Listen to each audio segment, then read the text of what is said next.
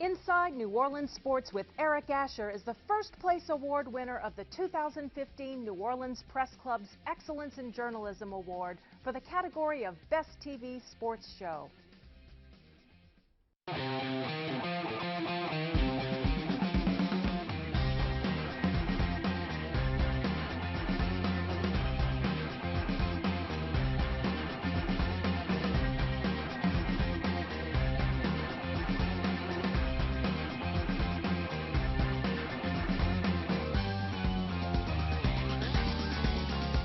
Good evening, New Orleans, and welcome to Inside New Orleans Sports. I'm your host, Eric Asher. Over the next hour, we're going to cover all the home teams, the New Orleans Saints, the LSU Tigers, the Tulane Green Wave. We've got a great panel to break it down for you.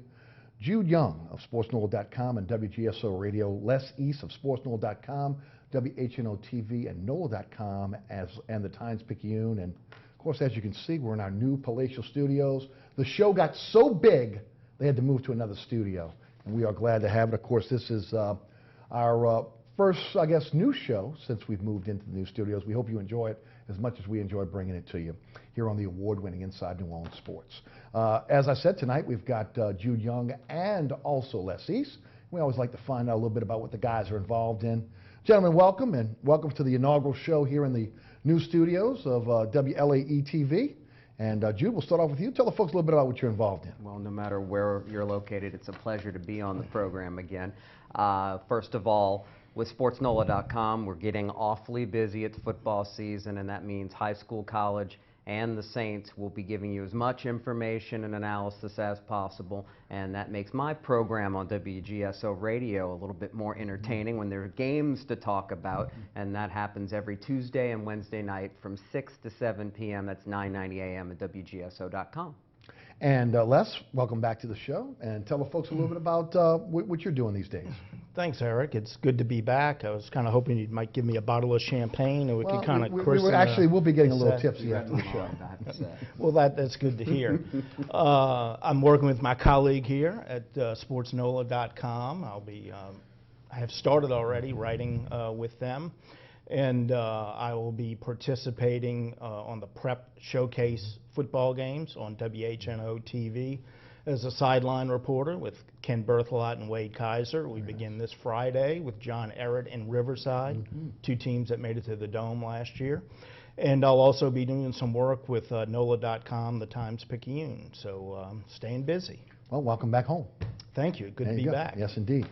Guys, to start off talking about the Saints, we'll get to LSU, we'll get to Tulane before the end of the day's show. And you know, I've talked about it on the radio show now for a few weeks, a little bit of a panic mode right now for the New Orleans Saints. I think Peyton realizes he's got significant holes on his roster. And I'd like to start off to get your thoughts about preseason thus far, what you've been able to see out of this team. Now, Jude, I'll start with you first.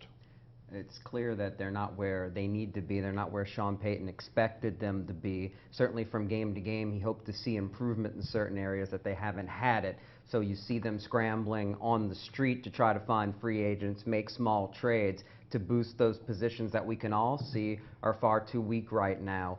Offensive line, who knows, Khalif Barnes, if he makes the team as a 34-year-old that's been available, that tells you how they lack in depth and quality at that position. The addition of Paul Kruger, though, fantastic because he is a starter in the NFL, and he's certainly going to be a starter for the Saints who can affect the quarterback, who can rush the passer. He will help, and the Saints are awfully fortunate Cleveland let him go because that's an area where they didn't have a bona fide starter in their lineup coming off the edge of the left tackle, and you could see it in games as they were picked apart with that young collection of cornerbacks, who at least they show the kind of talent to be excited about, but they don't look ready for prime time either. Les? Yeah, and I would agree that these three moves they've made in the last couple of days, Paul Kruger is probably the one who maybe could have a positive influence. But overall, the problem, as I see it, is, and Sean Payton said this after the game against the Steelers last week, that you know, if you can't rush the passer and you can't protect the passer, you're going to have problems. And that's been the case in these first three preseason games. But anybody would have told you at the end of last season that those were areas that needed to be upgraded. They would have told you the same thing going into free agency, the same thing going into the draft, the same thing coming out of the draft. So I think the fact that two glaring needs from last season continued to be weak spots tells you that they have not addressed those issues as effectively in the offseason as they would have hoped. And I think a lot of us probably suspected that those were still going to be areas of concern. And guys, you know, one of the reasons why is, again, why they have to wait now to the final cut down, why they're now in a panic mode, hoping to be able to fill some of these roster spots, these huge holes, is the dead money. I mean, you know, when you reward your own who end up don't pay any dividends and you have to cut them and you're eating dead money, when you have free agent bust, when you have horrible drafts, when you have $35 million worth of dead money this year, when you have millions of dollars more in the last few years, they quite frankly just didn't have the money to be able to compete with other teams to be able to fill these holes, especially along the offensive line and of course as a pass rusher. You know, no excuse not to try to fill that in the draft, but let's face it, free agency, they just didn't have the dollars to be able to do that. And let's face it, to me, the biggest miscalculation that they've made in the offseason is not filling the guard position. It is the most important position on that offensive line.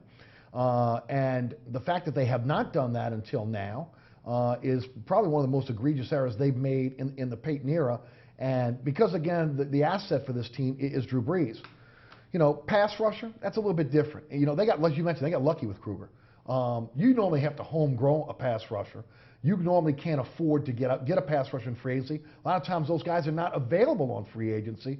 So for them to come up with Kruger at the 11th hour here from Cleveland is nothing less than a minor miracle for them right now.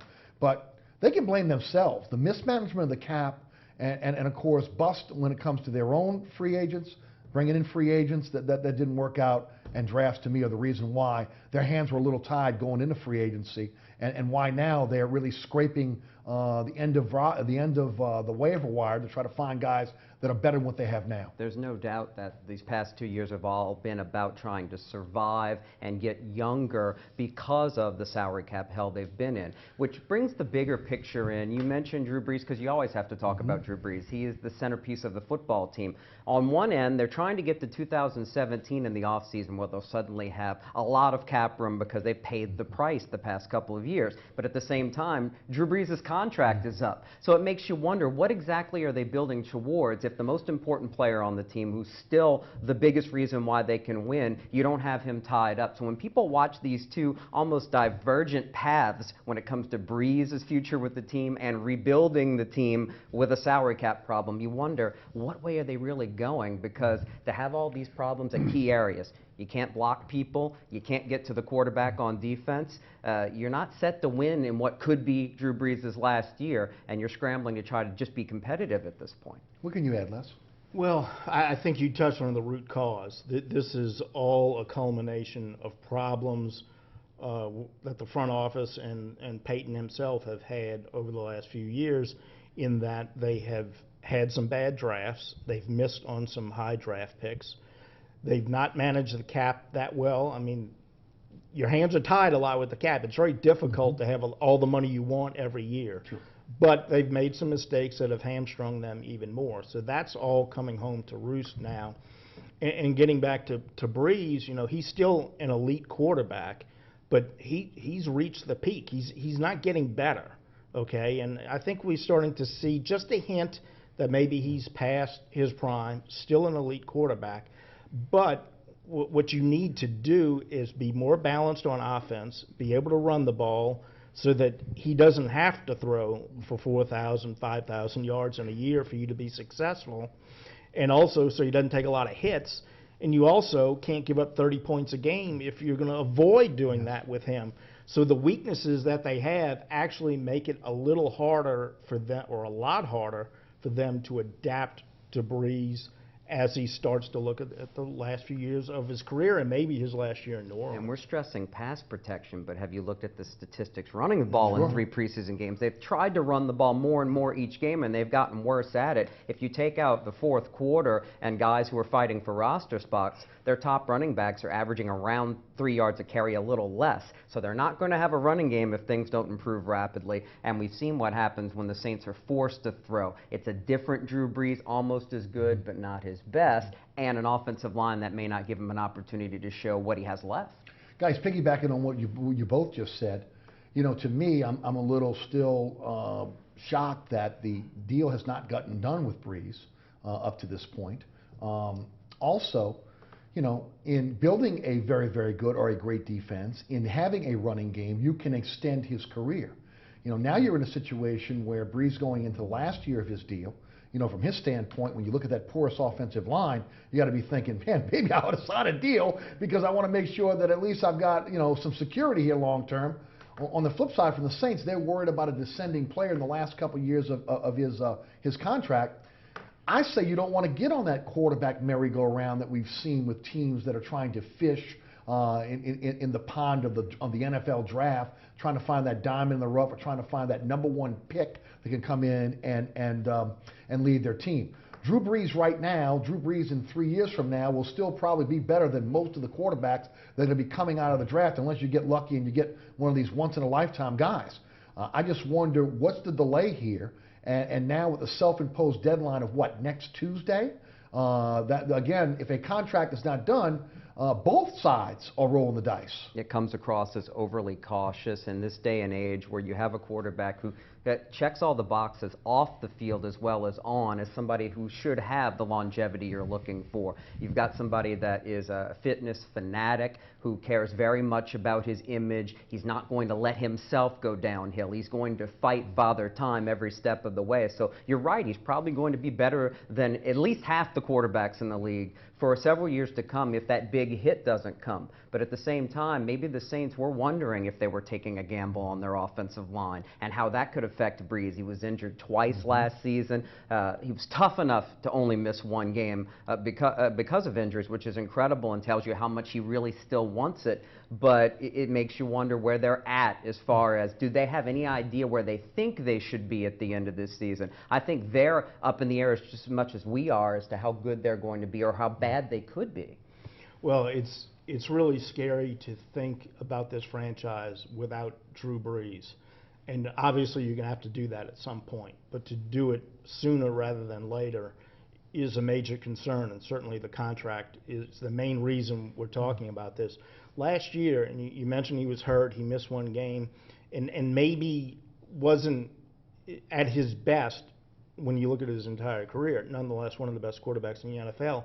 If not for him, you know, 7 wins isn't great, but if not for him, how many games do they win? 3 or 4. Yeah. Okay. I mean, maybe if the 5 being the ceiling, maybe. No and the same thing this year, and if he leaves next year, I mean, unless they somehow find a miracle way to replace him with somebody who's, you know, one of the better quarterbacks in the NFL, and you can't imagine how they're going to do that. So they've gone into the draft a few times. They've never gone all in and used a #1 pick on his replacement. But they have tried some fairly high picks, most recently Garrett Grayson. You know, it's too early to determine whether or not he's going to be able to play in the NFL, but he's not going to be Drew Brees. Okay, so you don't know whether it's next year or 2 or 3 years down the road who Drew Brees' successor is going to be. But I don't think he's on the roster. And whoever it is, it makes you wonder the direction this team has been headed personnel-wise for the last few years, what they can accomplish without Drew Brees. Les, I want to stay with you for a moment. You know, I think 3 to 4 year contract extension with maybe making sure that maybe that last year of the deal that you're not going to get hit with a heavy cap hit in case he's not able to make that last year of the deal. But I think that's fair for both sides. What are your thoughts? I think that's reasonable. I mean, obviously they're going to have to make the numbers work for both sides one way or another. But I think you have to have multiple years because you have to. One, the window is closing rapidly, and it's going to slam shut if he's not here. So whatever hope you have of being competitive over the next few years is directly tied to Drew Brees. So it has to be a multi-year deal.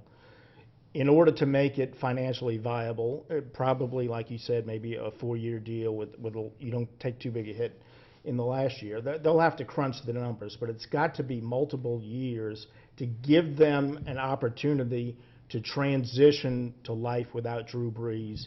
And right now, they are not in position to handle life without Drew Brees 12 months from now in any way that's going to be satisfactory to anybody. And when you look at the contract situations with quarterbacks, you can play the dead money game for the future with somebody who's a top 10 quarterback in the league and deal with paying off that debt later on. The Saints were paying off so many debts from so many players that it became a real issue. With Drew Brees, they shouldn't be afraid to, if they need to sign him to, it sounds outrageous, a 7-year contract. But you want to front load as much of the guaranteed money as possible, where he knows he's going to get paid a large chunk and have the security he's looking for. And you know that if you need a parachute about halfway through to get out of it, you can deal with it. That's one thing Mickey Loomis has excelled at in his career. This leads me to believe more about they're just not sure about Drew Brees to the point of they feel like it's worth the risk. And when I say they, I really mean Sean Payton. When it comes to quarterback, I think he is the only decision maker there. If he wants Brees, they're going to work it out. If he's not sure about Brees, they'll go in another direction. I just don't know if there's an alternative, honestly. There isn't. Short-term or long-term at this point. Yeah. You know, you kind of got to ride him until he can't be ridden anymore, in my opinion. Yeah, I mean, I don't know if Sean Payton says, you know what, as hard as it is, it's time to move forward and rebuild with somebody else. I'd like to know where he's looking at who the next person under center is going to be. I don't see anybody on the roster. I don't see any way that they can be confident that they're going to be able to draft this person next year.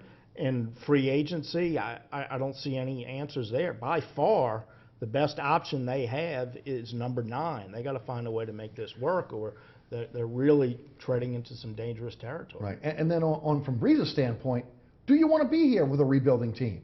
I mean, if you've got 3 or 4 years left in the league and you have a chance to hook on with a true contender that is a quarterback away from winning the Super Bowl, you know, as much as you love New Orleans, as much as you love the Saints fans and everything else that encompasses coming back here in 06 and everything, this marvelous ride that they've had, even though, again, it's been the worst of times either the last few years, I mean, are you thinking in the back of your mind, man, I got one more chance at the brass ring, and I'm probably not going to get it with this group? Right. He will ride it out with the Saints potentially because his image is very important to him, and I think he wants to leave New Orleans the ultimate hero that he is now. So I think he's more open to a contract extension than the Saints are at this point. But you're right, this season could shake him up, and you leave us a deal where you either have to tag him, and being the third tag, it would be over $40 million as a hit for a 1-year contract. That's something the Saints clearly don't want to do, but you give him that option, he has much more leeway to deal with the Saints, along with Tom Condon, his agent, who's an excellent agent at that, to be able to get the best situation for him. His mindset right now may be like we're a young team and we're going to figure it out, but by the end of the season he could be thinking something far different and have much more of an ability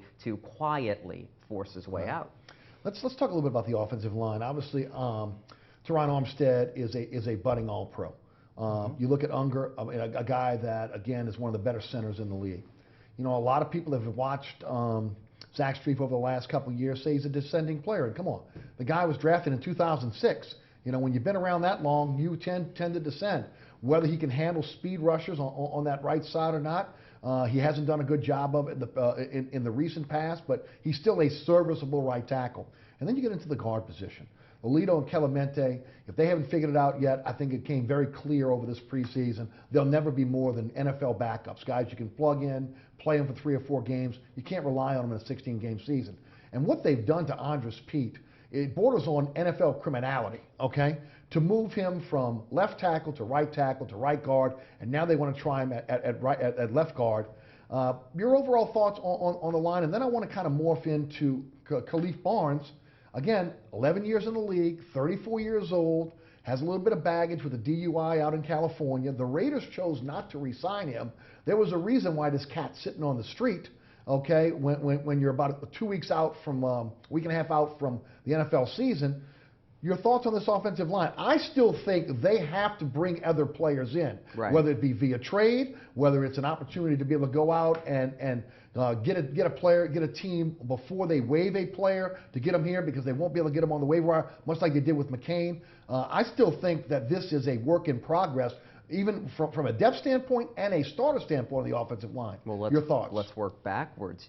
When you think of a Khalif Barnes and where he is in his career, you're certainly hoping the Saints aren't bringing him in thinking this guy's going to start unless it's an emergency. So there must be bringing him in for depth. So guys like Clemente and Lolito maybe not even measuring up as quality backups according to what they're seeing, that they're regressing as players. Because at least last year, you saw signs that these guys could at least play at times in the league. And with Alito, you know they expected improvement. They really thought he was going to take over at left guard. It hasn't happened, and maybe his confidence is hit now that he can't pass block at an acceptable enough level. They don't have a center in Max Unger that they want constantly helping one side. You want to be able to scheme opponents and the blitzes that are going to come your way and handle different kinds of pass rushers. Right now, looks like Alito's going to need help every time Drew Brees drops back to throw, so you're trying to replace him. I think Pete might be a better fit at left guard than right guard. It's usually right side is more of the power side and more finesse on the left side of the line. That's where you try to plug in players. So maybe he'll have success there, but like you said, he hasn't been there. So it's another new position to learn, learning to use your hands differently, everything that comes involved with, he doesn't have a lot of time to do it. So you've got holes at both of those spots, and unfortunately Armstead's your best player on the line, and he's clearly not 100%, and we don't know how close he's going to be to 100% when the Raiders game comes along.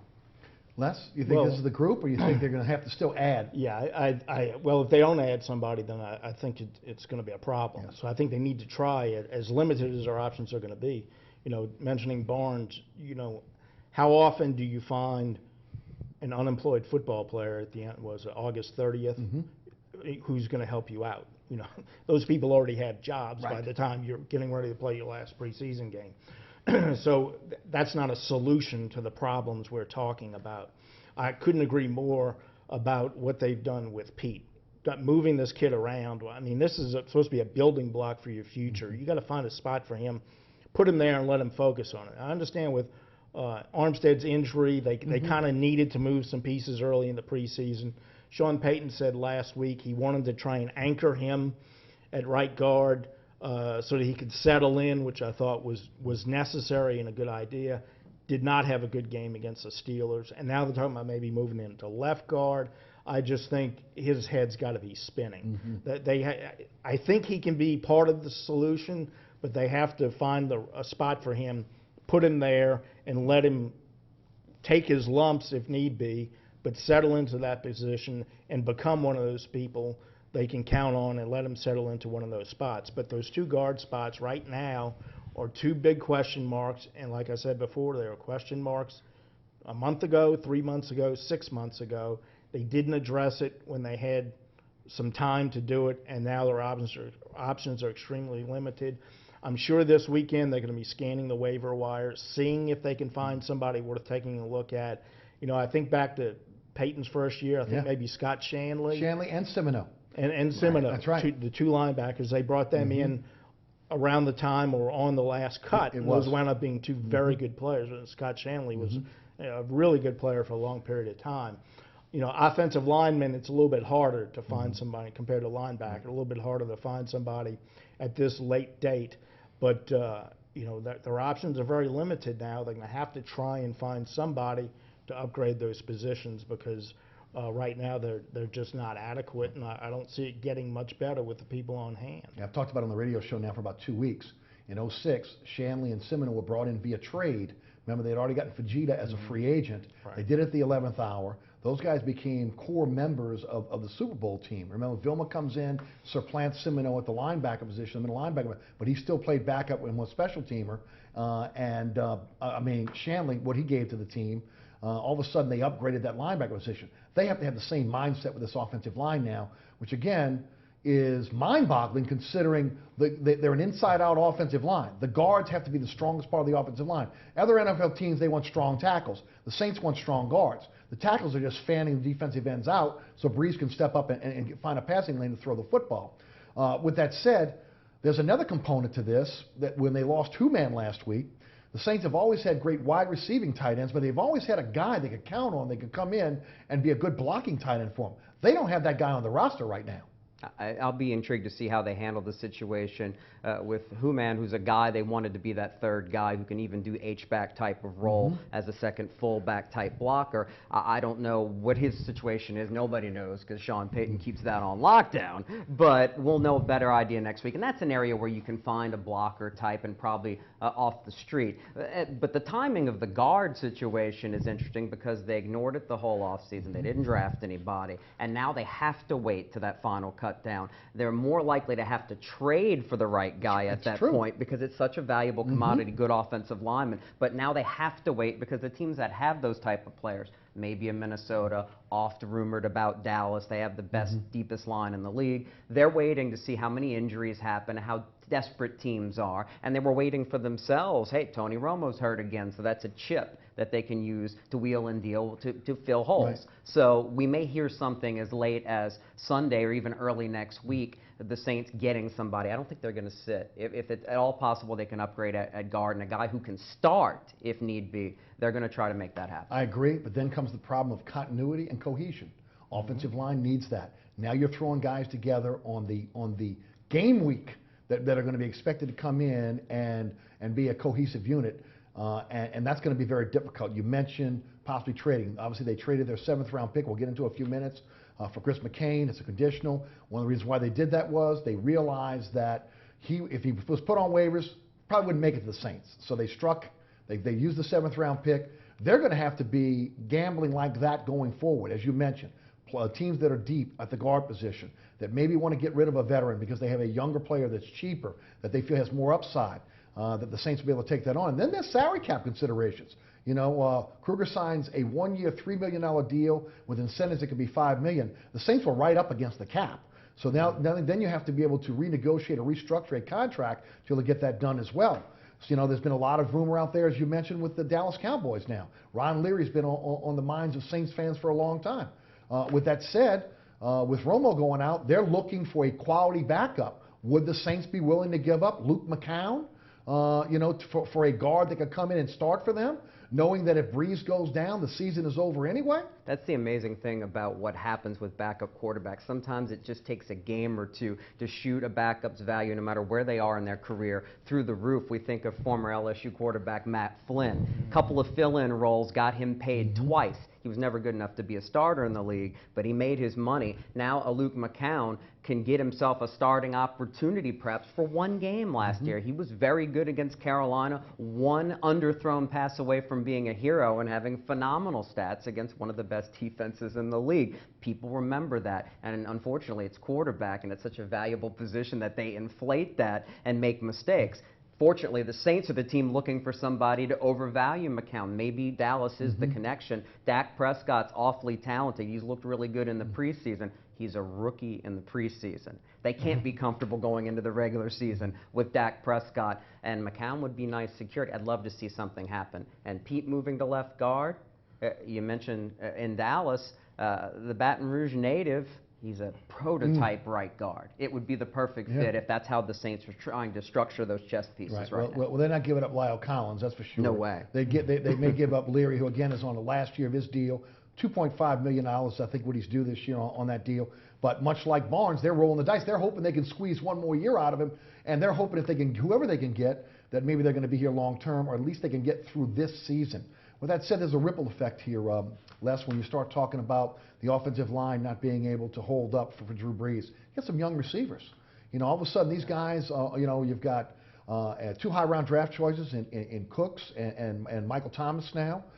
You've got a situation, the rest of the guys are undrafted free agents. Now, can these young guys get off the jam?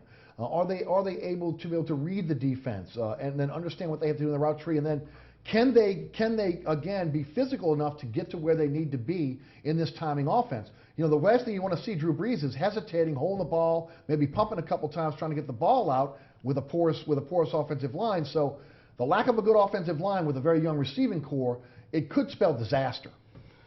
Well, yeah, I agree that's an area of concern, and especially that timing is so important in any passing game, but I think in this offense more than maybe the average passing game. But I actually think that there's a good chance this receiving core is better than the one they had last year. I agree with that. Because some of these young guys have looked really good in camp. Brandon Cooks has come a long way in the last couple of years. He looks like he might be a really good player. And Willie Snead made the team last year, and some of these other young guys appear to be giving them maybe 3 or 4 viable options, whereas last year, even though they had Marcus Colston he certainly wasn't in the prime of his career. And a lot of these other guys were unproven. You know, Willie Snead, we didn't know who he was back then. Now he looks like he might be a pretty good player. So, yeah, there are concerns with the receiving core, especially earlier in the year as they acclimate some of these younger guys. But I actually think there's reason to be more confident in this group than there was at this time a year ago. Yeah, I would agree. Don't you think long term this group is better than what they've had I really in the recent past? Really love the first three because Cooks turned the corner when he learned how to play in the league, and when I think Sean Payton learned how to use him. He was seeing Brandon Cooks as somebody that could help replace a Darren Sproles in the offense and get him the ball in space. He can be a kick returner. That's not who Cooks is. He was the type of player in college who was a #1 receiver, making plays down the field. He's a vertical threat. He's good catching on the run, yards after the catch. He was doing that last year, and he was the explosive player on the offense. Willie Snead replaces Lance Moore as that reliable receiver, and he might be a little better than Lance Moore, which is saying a lot. He was really good here and a good enough player to be on the field an awful lot, who's going to run the right routes. Thomas, great second-round pick, it's looking like. Rave reviews across the board. He should play not like a rookie, and he should give you better production than late in his career Marcus Colston was able to give. After that, do they have two other NFL quality receivers? Right now, to me, Tommy Lee Lewis, the undrafted free agent, has to be on the team because he's doing it every day, and then he's done it in the preseason games. After that, Brandon Coleman, all I can say is he's very lucky he's on this roster right now. But talk about those final cuts. That may change for him. He does not look like an NFL quality receiver, and he never really has. I don't care how big and talented he appears to be. He's not reliable, and I hate to throw the word not tough out there, but he doesn't look like a guy you can trust to throw the ball in traffic, up for a jump ball. What his size should indicate he should be able to do, I wouldn't trust him to do that for you without bad things happening. You're watching Inside New Orleans Sports each and every Thursday night right here on WLAE at 6 p.m. We have a broadcast on Friday night at 10 p.m. on WLAE-TV and also statewide on Pelican Sports Television. That's 9 p.m. every Friday night. Les East of SportsNola.com, NOLA.com, and WHNO-TV. Jude Young of SportsNola.com and WGSO Radio are our panelists. We'll be right back. We'll talk a little bit more about the New Orleans Saints, and we're going to get into LSU and Tulane. You're watching Inside New Orleans Sports. Don't go anywhere.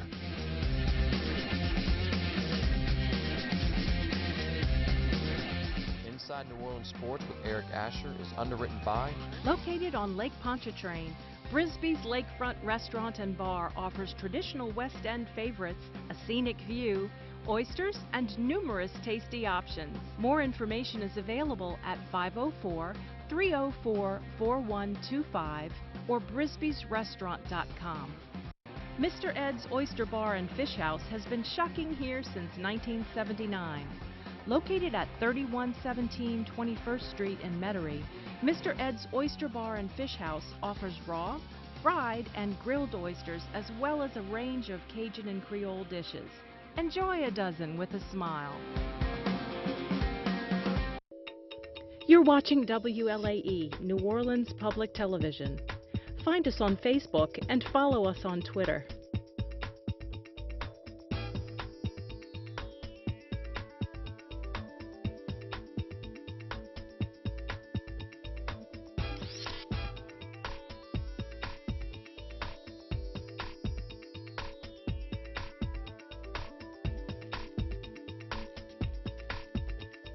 Welcome back to Inside New Orleans Sports. Les East and Jude Young are our guests tonight. Guys, we've touched mostly on the offense. I want to get to the running back position because that's an interesting position for this team on how many they're going to keep. Right now, Spiller, Hightower, Ingram, Murphy, Lasco, and Cadet. I like Lasco. I really think he'll make this team. I like Murphy maybe more than most, even though he's had his problems. I think they could utilize him in the offense as maybe a scat back. You know, Spiller looks like they finally figured out how to use him, and he's finally healthy, and Ingram's their guy. I guess it comes down to Cadet, Hightower. Are they going to carry 5? Are they going to carry 4? Your thoughts? They could even carry 3 into regular season game number 1 and then re-sign a Hightower like they did last season, because there are a few veterans on this team, maybe Darryl Tapp on the defensive line, that they could cut and then be able to re-sign and play that week-to-week game with roster spots. And not guarantee their salary for the entire season. That's why they would do that, and Hightower fits into that category, even though if Mark Ingram were to go down, Hightower would get the majority of the touches, but for 1 week you can play that game because he's an older running back and he's a solid player. But that's kind of the problem with the Saints running backs across the board. They're solid players at what they do, but there's not a dynamic player. Maybe Daniel Lasco can be that guy, a steal in the 7th round, but the Saints aren't ready to give him that much responsibility yet. I don't know if Marcus Murphy makes this team because I don't think they see him as helpful from scrimmage in the regular season, and it was all about his return ability, and if they don't trust his ball security, the return ability goes out the window. Keep an eye on Tommy Lee Lewis's chances in the final preseason game tonight, because if he shows that he can do something in the return game, he's been shorthanded, but he hasn't made plays. If he gets the opportunity and makes maybe just one play, that could be the difference, that he makes the team and Murphy definitely doesn't. Lasco's obviously got the concussion issue right now. I don't know what that means for him long term, but what are your thoughts? Well, I think Lasco is a guy they like. I think they want to include him in the mix. Whether or not he makes the opening day roster, if it's somebody they try and get on the practice squad, I don't know. They'd have to try and gauge what the rest of the league might think of him from the little bit they've been able to see in the preseason. But after those first 3 guys, I think it comes down to special teams. Murphy, if I'm Murphy, I'm not feeling real confident based on how they used me against the Steelers. Didn't really get an opportunity till the second half. I think they've decided, okay, we know he's got issues with ball security. I don't know if we can live with that. We have to see if there are other people that we can count on more. And Tommy Lee Lewis, even though he plays a different position on offense, I think is a guy they can look at as maybe taking that special team spot if they decide to go with him instead of Murphy. And he kind of harkens back to one of Sean Payton's strengths, especially early in his career, in that, you know, he never worried about how you got to New Orleans. It's how you produced once you got here. And they had a really good track record with low-round draft choices, unsigned, undrafted free agents, like Pierre Thomas most notably. And maybe Tommy Lee Lewis, I don't know how big an impact he'll have, but he looks like the type of guy, I think based on Bill Parcells' recommendation, a guy they went after as somebody who would be considered a long shot, but maybe is a guy who can contribute to this team. So I think ultimately the 4th and 5th spots, if they keep a 5th one, is going to be determined by who can contribute what on special teams. And that should be a positive for Murphy, but the lack of ball security, I think, has really put him in a tenuous position. Guys, let's switch to the defensive side of the ball, defensive line. We've touched on a little bit with the signing of Paul Kruger, with the trading for Chris McCain, which again was needed and necessary. But with that said, just based on what you've seen so far, I think this is a better defense. I think the linebackers are better. We'll get into those a little bit later. I think the corners, even though they're young, I think they're better than what we've seen, especially with the injuries they've had over the last few years. And you know, you hope the safeties are finally going to come into their own here. But they still ultimately, if Kruger and McCain don't work out, they may have to manufacture a pass rush, which again exposes those corners, puts them on an island, and that's what you don't want to do. Despite what happened against Pittsburgh last week, you know, I still feel a little bit better about the defense. Your thoughts? Right. There's no sack master on this team, even if Kruger lives up to his past potential, maybe going back to Baltimore. But there is a collection now up front in your front 7 when you talk about edge pass rushers and the different tackle options, and of course Cam Jordan. You can piece it together. I think you're going to get a pretty good year out of Nick Fairley. He's hungry for a big contract. When Sheldon Rankins comes back, he seems to have all the ability to be a factor, at least in rushing downs, as he learns how to play in the league. Jordan's the type of guy, 8 to 10 sacks you should get from him. Maybe Kruger can give you 8 to 10. If you start getting up into the 35 to 40 range with sacks, plus all those added pressures that tend to go hand in hand, it gives this young secondary, and really we're talking about the young corners, a real opportunity to grow and have a chance to eventually become playmakers. I haven't liked this much talent from front to back at cornerback on the Saints roster, and I can't remember how long. I've liked a couple of guys, but it's amazing what they've been able to do to sign a couple of guys like Ken Crawley and Devontae Harris off the street, and to be able to have P.J. Williams come back as a 3rd-round pick who we're starting to see, at least in practices, struggling in games, but first-round ability, although he had the nice interception against the Texans. You start piecing that together with the Delvin Breaux find, and you've got real talent and ball skills there in combination that they haven't had before. So better linebackers, good veterans, they can mix and match. Front to back, they're better, but it is all about the pass rush because the young corners will struggle, and in the end, they're not good enough as a unit to cover up the inability to rush just 4 guys and get to the quarterback. You start blitzing, you get burned. Boy, the happiest guy in New Orleans may be Cam Jordan, hoping he finally found his Robin to his Batman. You know, when Junior Gillette imploded here, you know, all of a sudden there's a huge hole on the other side. Jordan was at his best when there was another pass rusher that had to be contended with on the other side. If either McCain or Kruger can fill that role, all of a sudden this is a better defense. Well, absolutely. They have to find somebody to complement Jordan, otherwise he's going to see double teams all year. So they have to have some sort of pass rush from the other side, and they have to somehow generate a pass rush without having to sell out completely on the blitz. Of course, that's true of every team in the NFL.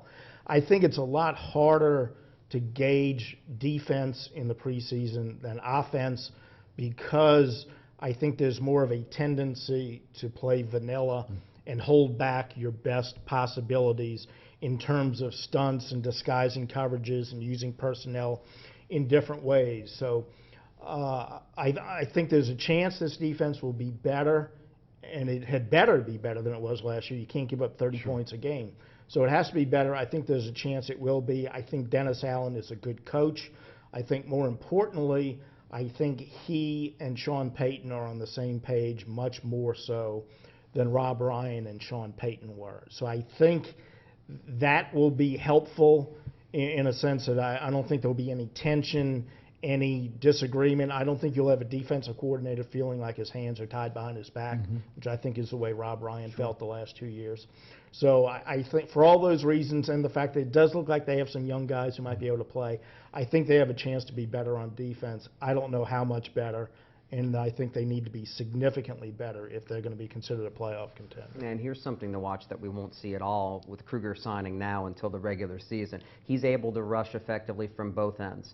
And we know Cam Jordan can move inside and create havoc. Now the Saints have a couple of guys. We mentioned Fairley and Rankins as well. They're excited about Tyler Davison in year 2. You've got enough mix and match potential to line up Jordan in particular in matchups that may favor him. You find a weakness in the defense, he can exploit it. Rather than trying to exploit your speed on defense and trying to be able to rush the quarterback with blitzes, now you can start mixing and matching and get your best players matched up against the weakest link in the chain up front, if it all works out that way. That's why this Kruger signing is big, because he's not just a right end. He can play the left side and get to the quarterback, play the run either way, and that allows Jordan now to be much more flexible as far as his usage for Dennis Allen. You start putting your stars in positions where they can make plays rather than playing them where they have to be for you to have any chance. You're probably going to be a little better on defense. Yeah, guys, I'm going to go on a limb a little bit.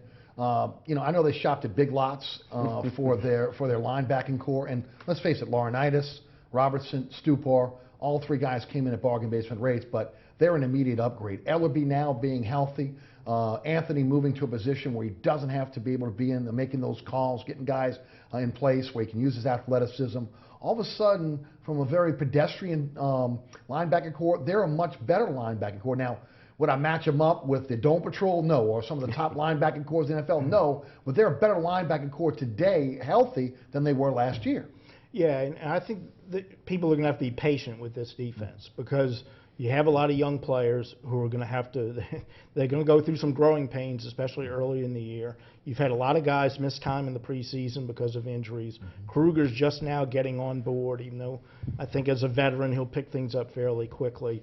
And I think Dennis Allen's going to be kind of feeling out what he can do with the different combinations based on the new people they have. So I think this will probably be a better defense from midseason on than it might be from the beginning of the season to midseason. So, you know, I think people need to be a little bit patient because there are probably going to be some growing pains. But whatever improvement I think we're going to see, and it could be fairly significant, I think we're more likely to see in November and December. Guys, I'm not going to ask you for a prediction because I still think that what we see with a roster tonight with the game against Baltimore will change before we see the opening game. And as Jude mentioned, may change by game 2 or 3. So I think it's hard to predict where they're going to be. But well, I think we can all agree if they don't go out and they don't upgrade the offensive line position, which now is critical. You know, multiple players along that offensive line.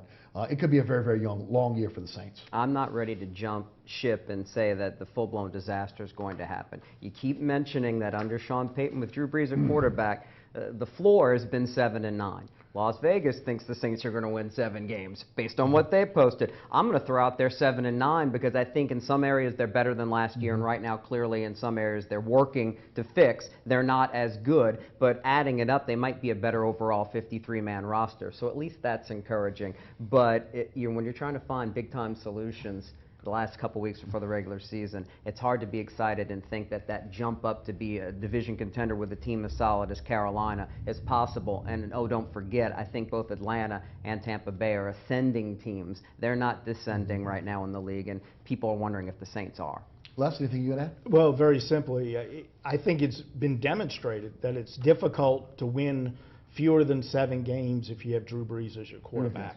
Having said that, I think the ceiling for this team, from what I've seen so far, and preseason can be misleading, from what I've seen so far, I don't think the ceiling is much above 7 wins. So I think we're looking at a season very similar to last year, unless they're able to solve some of these critical issues that so far have not been solved. Yes. Let's shift gears to a team that is expected to win a championship this year, and a lot of people believe it is championship or bust for Les Miles. And really, it starts with Brandon Harris or bust now, especially with Danny Etling now injured, who we find out was not going to come in and be the savior from Purdue.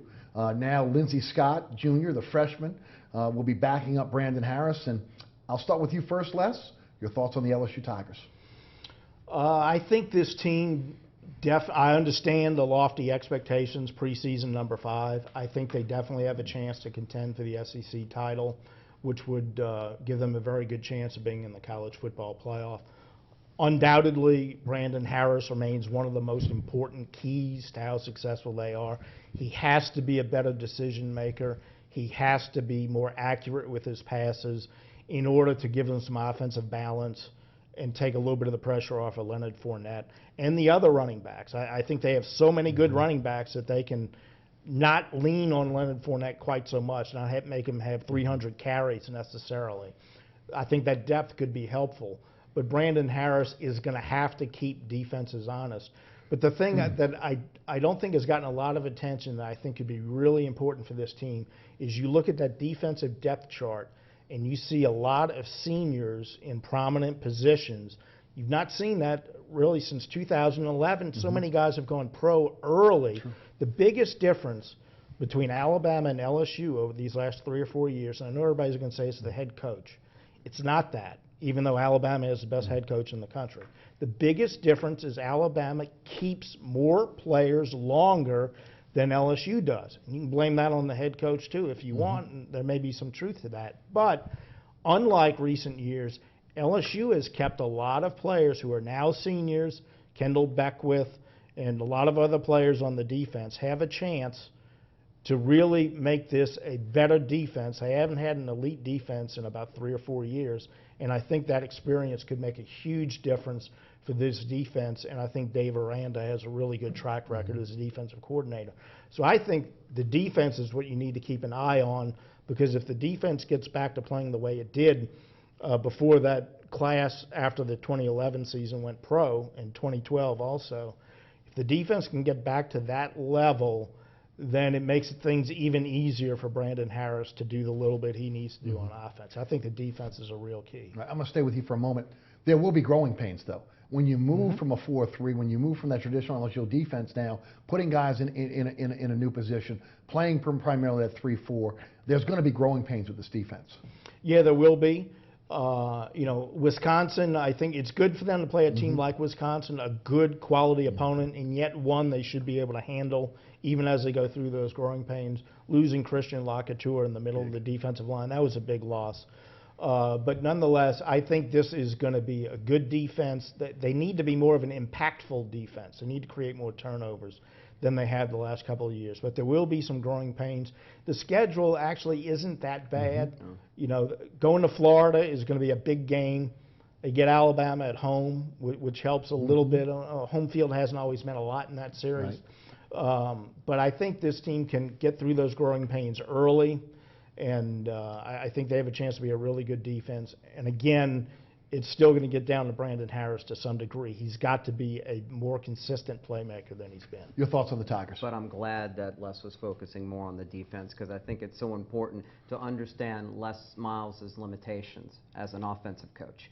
He's going to be a bit stubborn. He's going to hold Harris back in games, in halves of games, like the difference between the first half against Florida last year and the second half when Miles started to sit on the lead. That has an effect on the quarterback and his rhythm and ability to perform. I think Harris played pretty well and played exceptionally well in that one particular half until the injury in the first half against Alabama that they didn't tell us about. We'll see if that's a real deal, because he wasn't the same guy after that. He would have played better. I don't know if it would have made a difference in wins and losses in those matchups, not just Alabama, but Arkansas, Ole Miss. I don't think they were ready as a team, and the defense was struggling to win those games. Now the defense has to step up. Having all those seniors is really crucial now this time around. Veteran players, because they're going to be playing, it looks like, two very young players at linebacker with Beckwith, Michael Divinity from John Ehret, and Devin White, who was a almost 5-star recruit, depending on where you looked, who could have been a running back in a lot of places. He agreed to come play linebacker. Both of those guys came in the spring. Now they're thrown into the fire.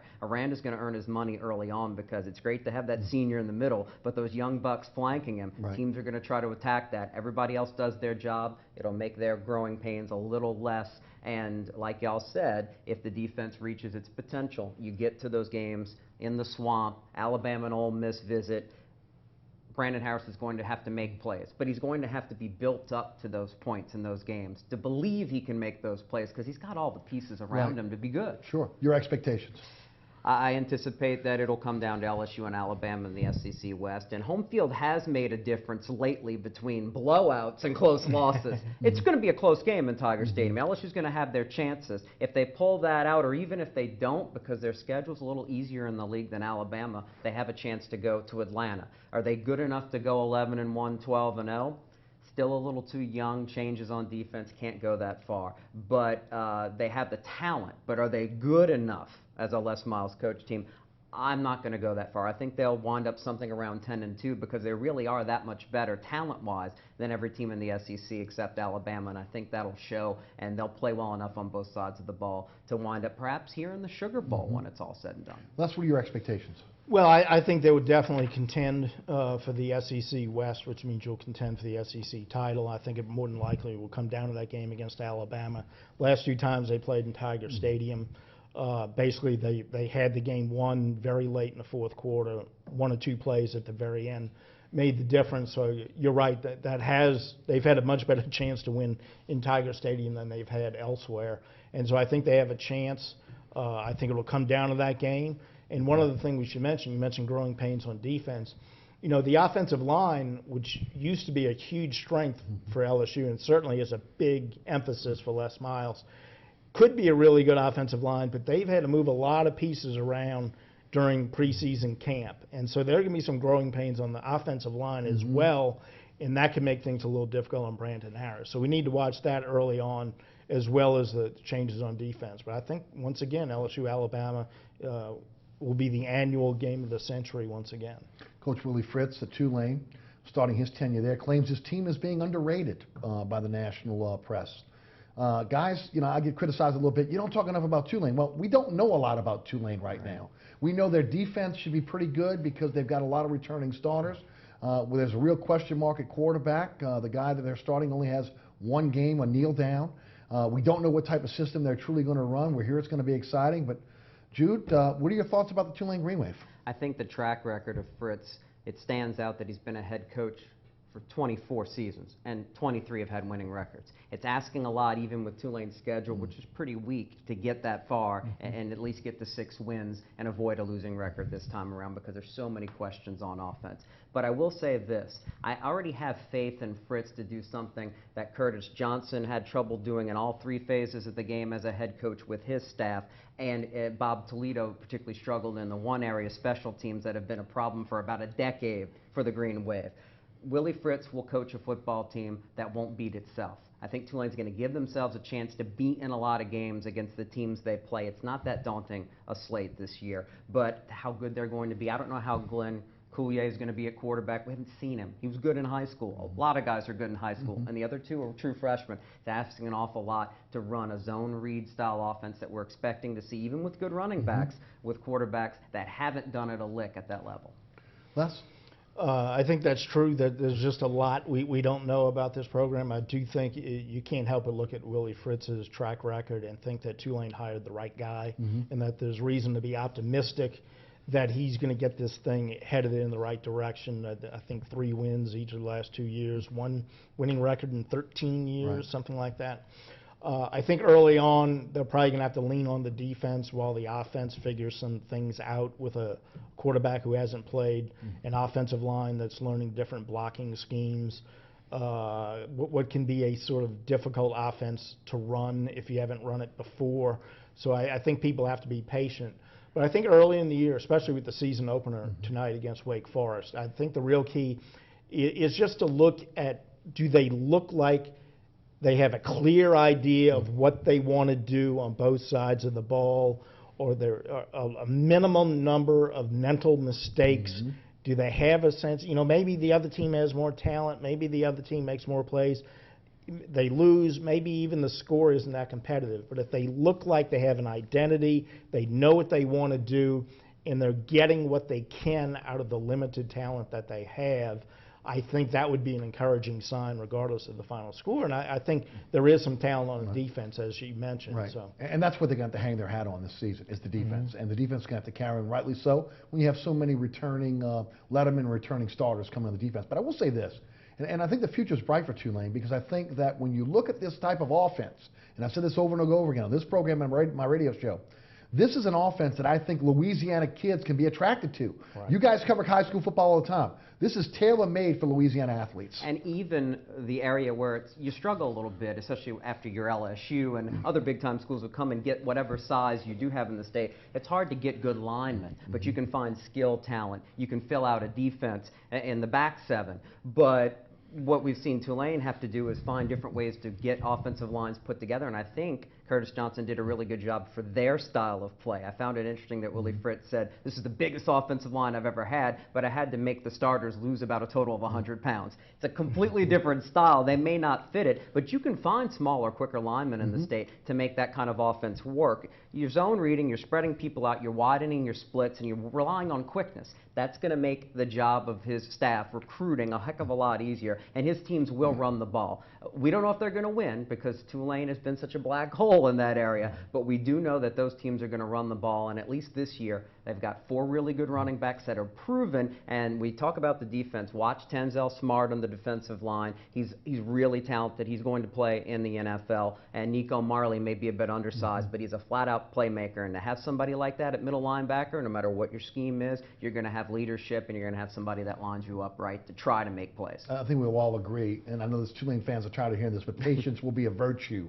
But be patient, because I think that Troy Dannon has gone a long way in turning this program around in all the major sports. And I think that we'll start to see the dividends paid, maybe not this season, but in seasons to come. Yeah, he's been gutsy. He walks right in the door, but he has the opportunity to change the major programs. Football and men's basketball needed it. Baseball really didn't, but his hand was forced. And with all 3, when you look at the talent on hand or lack thereof, patience is going to be needed across the board. Even baseball, I think David Pierce might have left the cupboard a little bare. So new staff, new everything at Tulane. It'll take some time. Jude Young, Les East, thanks so much for being on our panel tonight here on Inside New Orleans Sports. Thanks so much for tuning in. Remember, there's a rebroadcast of this program each and every Friday night right here on WLAE at 10 p.m. Also on Pelican Sports Television at 9 p.m. That's statewide. Also, you can catch me on the radio, 990 a.m. WGSO, 11 a.m. until 1 p.m. weekdays. Also, you can download the TuneIn Radio app. It's a free download for your smartphone or tablet to be able to check out the show. Or you can check us out, listen live at ericasher.com, or download the podcast at your leisure. You can also check out all the previous episodes of the award-winning Inside New Orleans Sports at ericasher.com as well. Special thanks to our guests, again, Les East and also Jude Young. Also to the WLAE production staff, including Ron Yeager, Jim Dotson, Kenny Juno, Naila Jones, and my director, William Hill. New Orleans, thanks so much for watching. We'll see you right back here next week for another edition of Inside New Orleans Sports. Have a great evening.